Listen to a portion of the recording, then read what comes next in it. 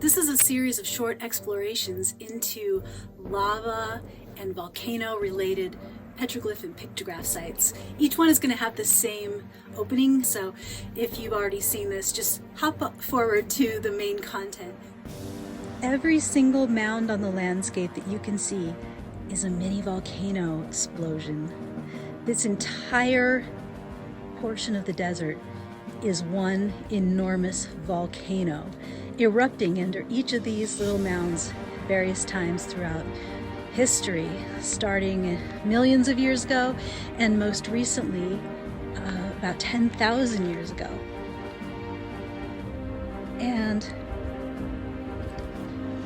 they're called cinder cones, but typically a cinder cone is when it's a dry explosion of cinders, right? It's kind of like a dry rock explosion. But this entire landscape, the ground under my feet is all volcanic rock. This was a huge, magnificent quantities of lava flowed across this landscape at one time. Look at that black earth. So possibly when these smaller eruptions happened, they were cinder-like explosions, little bursts, but at one time this was more than little bursts. This was the result of huge volcanic activity that flowed lava and crusted the entire portion of this desert, the Mojave Desert, with lava. And underneath what we can see are lava tubes. As I sit inside this lava tube, I'll tell you the story of Grandfather Fire. So the story of Grandfather Fire. We're sitting in the belly, in the home of Grandfather Fire. If you ever have an opportunity to go see like a museum exhibit of Teotihuacan, for example, you're going to get a perfect iteration of what Grandfather Fire is. Anywhere in the Mesoamerica, there's idols to Grandfather Fire. A lot of times they'll have like a censer on top where fires were burning and this bowl on his head. He's really old looking. But Grandfather Fire is a theme that's also universal in the Aztecan world. So Grandfather Fire is that primordial creative fire that's deep in the earth that brings up the volcanic fire, the belly, the creative force of fire. That's Grandfather Fire. He existed long before the sun. He created, depending on the story, the people created the sun, but the people are also our ancestors. Our ancestors include Grandfather Fire, so you see how this works. Grandfather Fire started fire. The sun could not exist without Grandfather Fire. So we are in the grand temple of the greatest deity we have. The water that flowed under the earth is an equal creator with Grandfather Fire and, of course, the earth itself. So we are experiencing pretty much all of these when we're underground. We've got the underground water, we're within the earth, we're in the body of what Grandfather Fire created. So we're going to go look at the pictographs and petroglyphs that Native people who shared these understandings of how earth was created memorialize these stories on the rocks.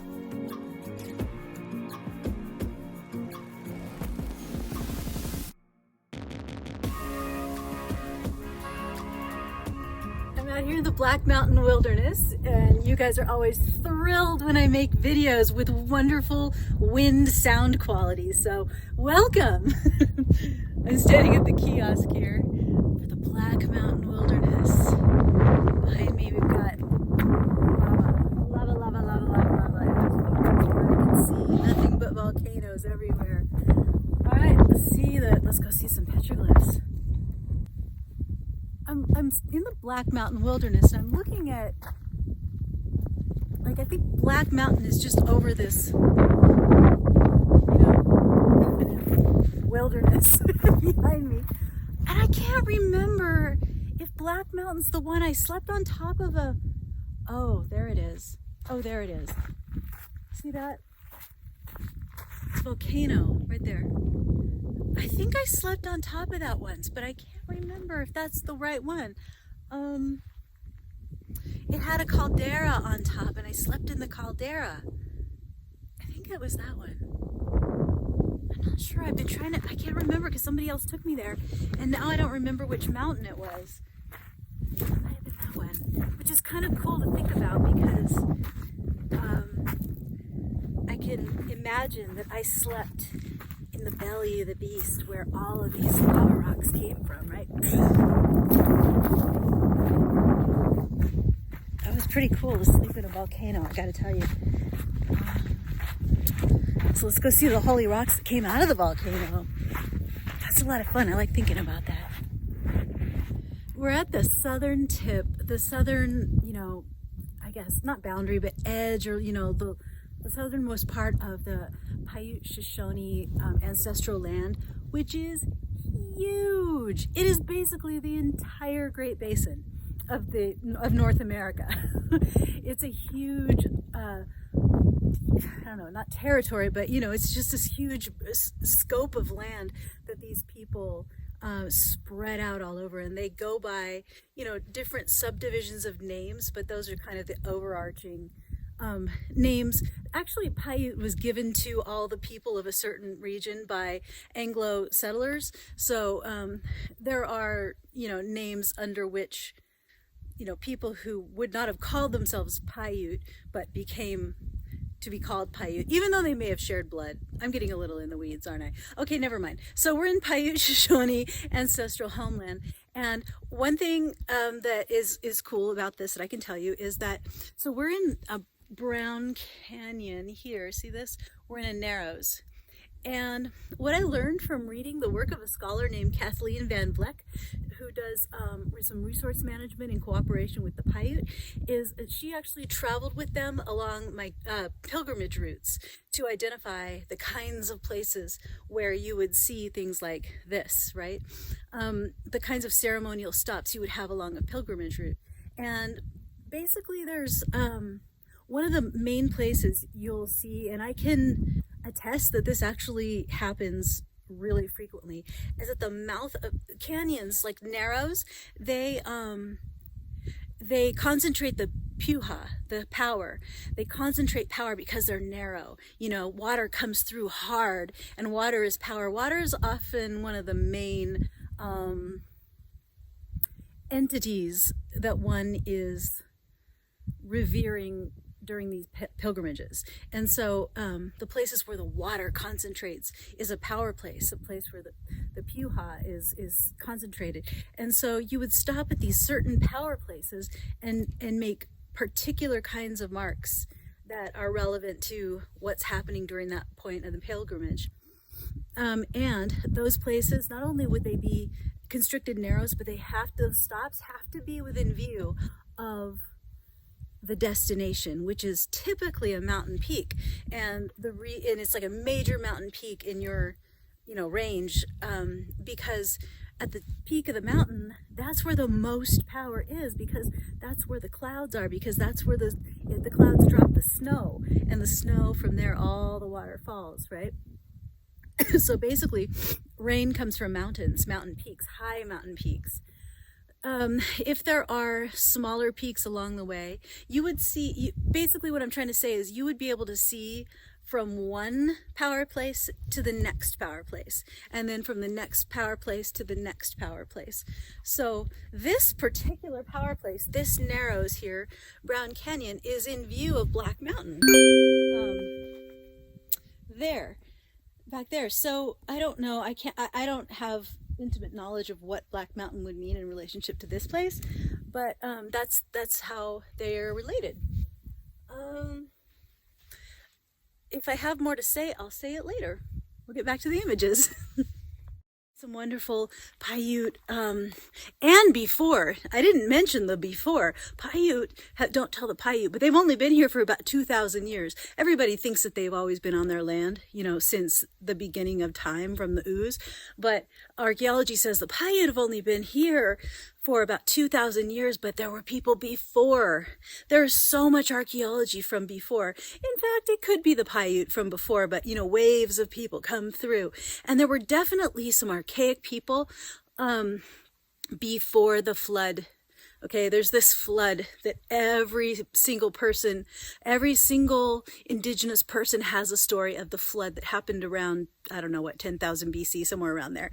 And after that, everything changed. So the hypothesis is if we just dug deeper, we're going to find flood people. Right now, all we see is everybody since 10,000, since 10,000 years ago. That's all we know of people, but there's more, and it's down there. And if you go out to Winnemucca Lake, it's been actually, the petroglyphs there have been dated to 14,000 years old. So somebody was here. Those are the Paleo Indians. Those are the ones that I would like to know more about. That's why I do this. I want to find out all that I can find out. So that's why I come to these places, because every single time I visit, I learn a little bit more. I made an executive decision to barrel through Black Canyon to get to Inscription Canyon. I will stop more in Black Canyon if I see some cool stuff that I can see while I'm driving. Otherwise, I am going to head on to Inscription before I lose daylight, which I am doing every second that I am not in Inscription Canyon. See you there. Look at this landscape. As far as the eye can see, I'm the only person in this wilderness. I think there's other people in this wilderness, but as far as the eye can see. We are getting the Angeline ghost tour again, it looks like, because I'm arriving at dusk. But, just as soon as I pull up, I can see some beautiful imagery. So let's just get as much as we can before dark. I think I'm gonna make a plan to come out here again soon, because I know there's more out here that I would love to see, and that I'm doing like the whirlwind tour. So, okay, I'm going to take advantage of all the daylight now and show you what I can. Remember what I said before about Puha concentrating in the narrows, right? In the narrows of volcanic rock. My camera makes it look much wider here than it is, but you can see how it narrows down to the V there. It's even closer down there. That's what's happening here. This collection of imagery is because this is a narrows.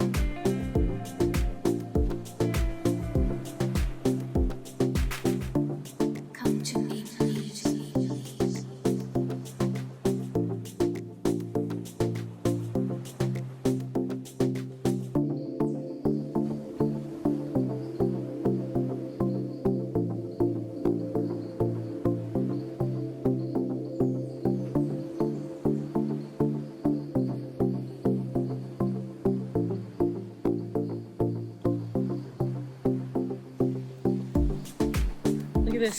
This is the north-facing slope, or this north-facing wall, and lichen has grown over the older petroglyphs, and so that's actually kind of like chalked them for us. Exactly the pattern where you see the green lichen is where the petroglyphs are.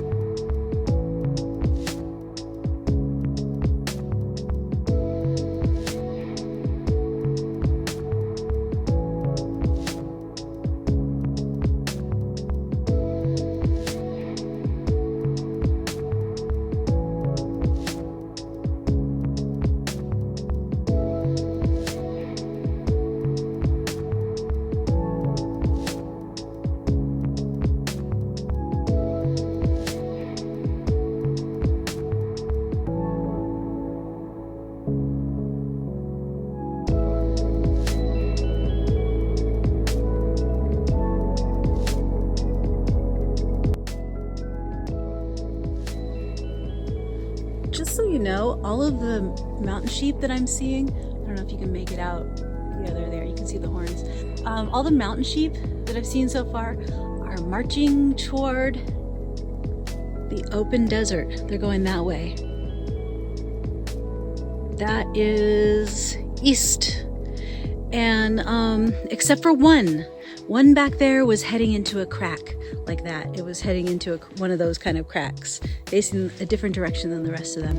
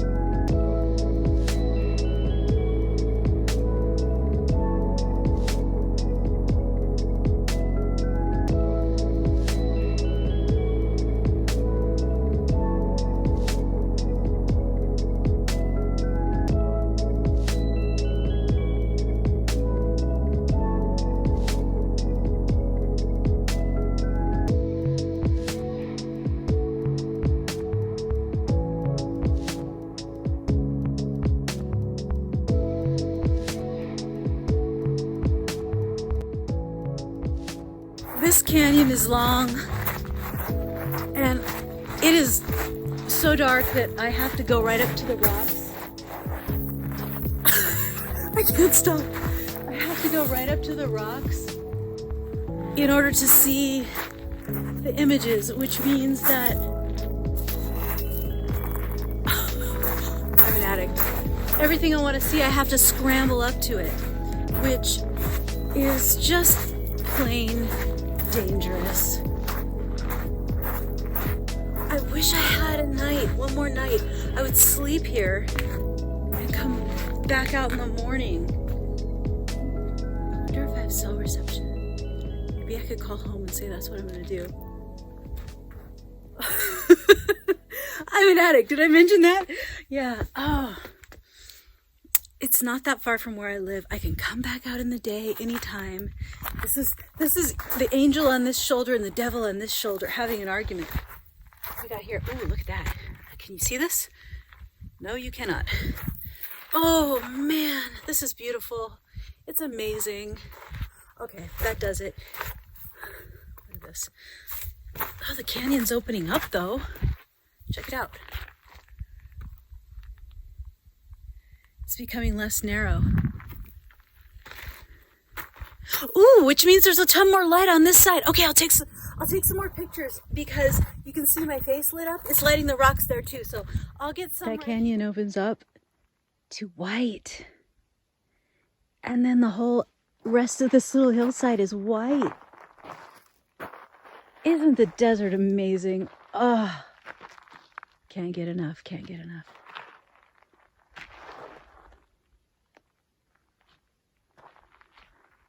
Back up the canyon.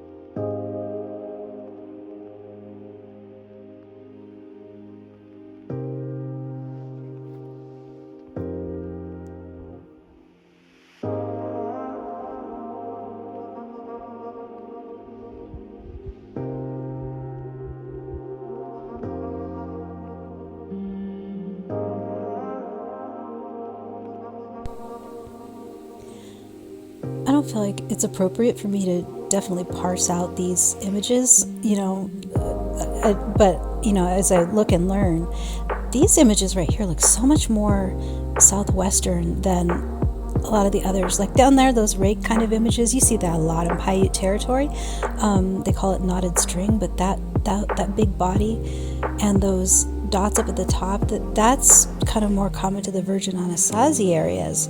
So either the Paiute were coming through and making that kind of image in that part of the territory that was sort of different than the images they made other places, or these are sort of westernmost Virgin Anasazi images.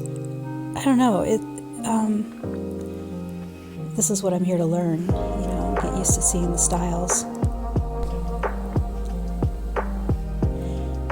Usually, this far, in the southern part of the Paiute area, usually the figures are this Paragonat style. They have really big heads. You don't usually see them with the small heads and the big bodies. That's more of typically what you see with the Virgin Anasazi or up in Canyonlands. Very interesting.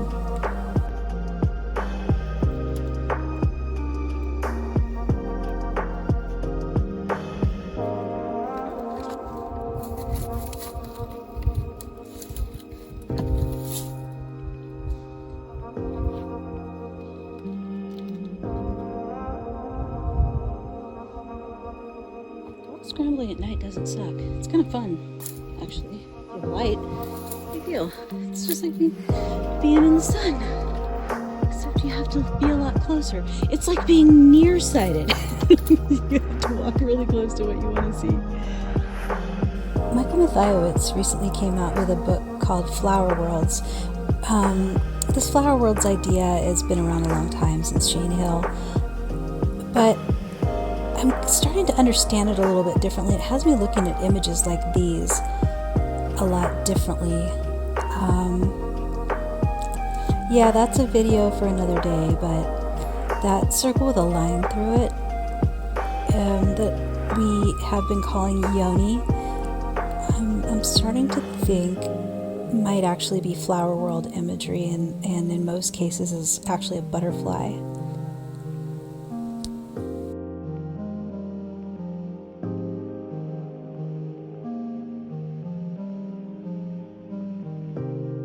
So that's why I come to these places, because every single time I visit, I learn a little bit more, and it broadens my scope. I have new questions to ask that I can go home and ask more, do some more research and find out more and learn and learn and learn. It's a lifetime project. But for today, it's a beat the sun project. So I hope this was interesting to you, and I'll see you soon. Mwah.